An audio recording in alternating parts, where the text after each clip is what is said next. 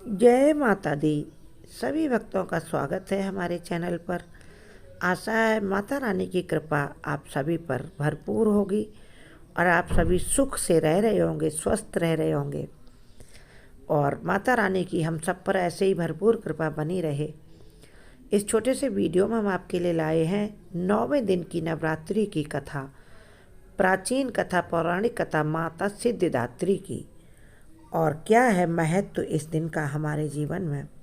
माँ दुर्गा की 9वीं शक्ति का नाम सिद्धिदात्री है। ये सभी प्रकार की सिद्धियों को देने वाली हैं। माता सिद्धिदात्री के चरणों में माता के सभी भक्त सब्सक्राइब, लाइक समर्पित करके जय माँ सिद्धिदात्री अवश्य लिखें, हे माँ धन दात्री अवश्य लिखें। माता सिद्धिदात्री सभी प्रकार के सुख, संपत्ति, धन, वैभव सब कुछ देने वाली हैं। नवरात्रि के 9वें दिन इनकी उपासना की जाती है।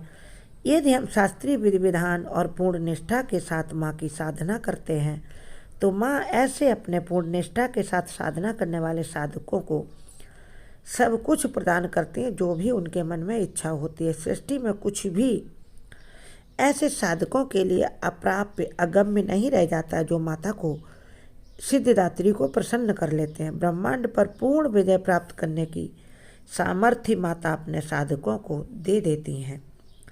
मार्कंडेय पुराण के अनुसार, मार्कंडेय ऋषि ने देवी भागवत भी लिखी है, तो उनके अनुसार अणिमा, महिमा, गरिमा, लघिमा, प्राप्ति, प्राकाम्य, ईशित्व और वसित्व, ये 8 सिद्धियां होती हैं। और ब्रह्म वैवर्त पुराण के श्री कृष्ण जन्मखंड में यह संख्या 18 बताई गई है। इनके नाम इस प्रकार हैं। ये सभी सिद्धियां माता सिद्धिदात्री देती हैं। ध्यान से सुनिए। अणिमा, लघिमा, प्राप्ति, प्राकाम्य, महिमा, ईशित्व, वसित्व, सर्व कामावसायता, सर्वज्ञत्व, दूर श्रवण, परकाय प्रवेशन, वाक सिद्धि, कल्प वृक्षत्व सिद्धि, सृष्टि संहार करण सामर्थ्य, अमरत्व, सर्वन्यायकत्व, भावना और सिद्धि, ये सभी गुण माता अपने साधक को प्रदान करती हैं जो उन्हें प्रसन्न कर लेता है।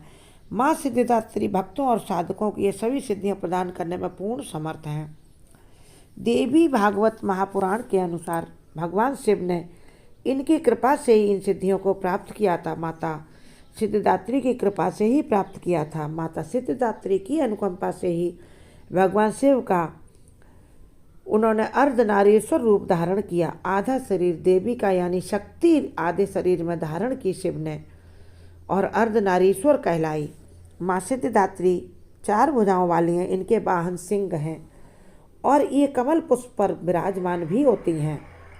इनकी दाहिनी तरफ के नीचे वाले हाथ में कमल फूल रहता है। प्रत्येक मनुष्य का यह कर्तव्य है कि वह माता सिद्धिदात्री की कृपा प्राप्त करने का निरंतर प्रयत्न करे।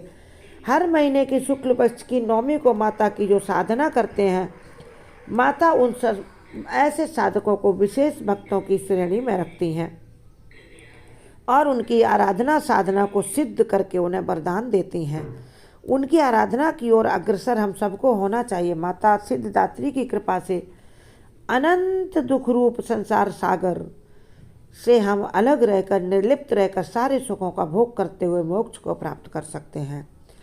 सभी 9 दुर्गाओं में माँ सिद्धिदात्री 9वें स्थान पर हैं और सबसे ज़्यादा सौम्य एवं सरल हैं, शीघ्र प्रसन्न होने वाली हैं। और इन सिद्धिदात्री माँ की उपासना पूर्ण कर लेने के बाद भक्तों और साधकों की लौकिक, पारलौकिक सभी प्रकार की कामनाओं की पूर्ति हो जाती है। माँ सिद्धिदात्री के कृपा पात्र भक्त के भीतर कोई ऐसी कामना शेष बचती ही नहीं है जिसे वह पूर्ण फिर करना चाहे।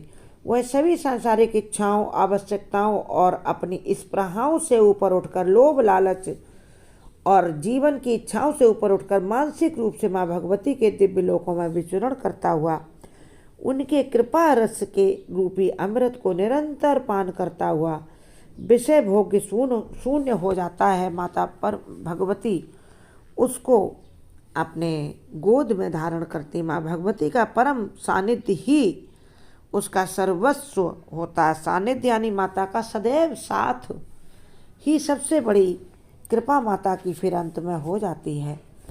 और इस परम पद को पाने के बाद उसे अन्य किसी वस्तु की साधक को आवश्यकता ही नहीं रह जाती है। माँ के चरणों का यह सानिध्य प्राप्त करने के लिए हमें निरंतर नियम निष्ठ रहकर इनकी उपासना करनी चाहिए। माँ भगवती का स्मरण, ध्यान, पूजन, उपासना हमें इस संसार के असारता का बोध कराती है और असारता का बोध कराते हुए हम परम शांतिदायक, वास्तविक शांतिदायक अमृत पद प्राप्त करते हैं। यह पूजा प्रार्थना उस ओर ले जाने वाली होती है। माता सिद्धिदात्री की साधना से सभी भक्तों को अणिमा लघिमा प्राप्त, प्राकाम्य महिमा, ईशित्व, सर्व काम बसायता, दूर श्रवण, परकाया प्रवेश, वाक सिद्धि यानी बहुत ही वाक चातुर्य, अमृत भावना सिद्धि आदि समस्त सिद्धियों के साथ साथ 9 निधियों की भी प्राप्ति होती है। और आज के युग में इतना कठिन तप कोई कर नहीं सकता, इसलिए अपनी शक्ति के अनुसार जप तप पूजा अर्चना करके हमें माता सिद्धिदात्री को प्रसन्न करना चाहिए। क्योंकि ना तो इतना समय लंबा है हमारे पास, ना जीवन लंबा है। इतने सारे काम होते हैं जगत में। प्रत्येक सर्वसाधारण मनुष्य के लिए माता की साधना उसे योग्य बनाती है और बहुत ज़्यादा कृपा देती है माता की। माँ जगदम्बे की भक्ति पाने के लिए हमें एक मंत्र अवश्य कंठस्थ कर लेना चाहिए और इसको जब समय मिले तब हमें दोहराते रहना चाहिए। इससे माता सिद्धिदात्री की हमें निरंतर कृपा प्राप्त होती है और धीरे धीरे हम माता की ओर अग्रसर होते हैं और माता हमें अपना कृपा पात्र अवश्य बनाती हैं। छोटा सा मंत्र है, आप कहीं नोट करके रख सकते हैं। और आज के दिन हमने एक शॉर्ट वीडियो डाला है, दुर्गा के 32 नामों से आप सफ़ेद तिल और शहद के साथ या काले तिल शहद के साथ 32 आहुतियाँ शुद्ध अग्नि पर लगाएंगे, प्रज्वलित अग्नि पर, कपूर और अग्नि पर, तो फिर आपको सभी सिद्धियाँ प्राप्त होंगी। छोटा सा मंत्र नोट करिए। या देवी सर्वभूतेषु माँ सिद्धिदात्री रूपेण संस्थिता, नमस्तस्यै नमस्तस्यै नमस्तस्यै नमो नमः। यदि संस्कृत बोल पढ़ नहीं पाते, लिख नहीं सकते, तो हिंदी में इसका अर्थ नोट कर लीजिए, उसे बोलिए। हे माँ सर्वत्र विराजमान और माँ सिद्धिदात्री के रूप में प्रसिद्ध अम्बे, आपको मेरा बार बार प्रणाम है। मैं आपको बारंबार प्रणाम करती हूँ। हे माँ अम्बे, मुझे अपनी कृपा का पात्र बनाओ, मुझे अपनी शरण में बिठाओ। हे माता, मुझे सद्बुद्धि देकर अपनी सर्व शक्तियाँ प्रदान करिए। माँ आपकी कृपा हो।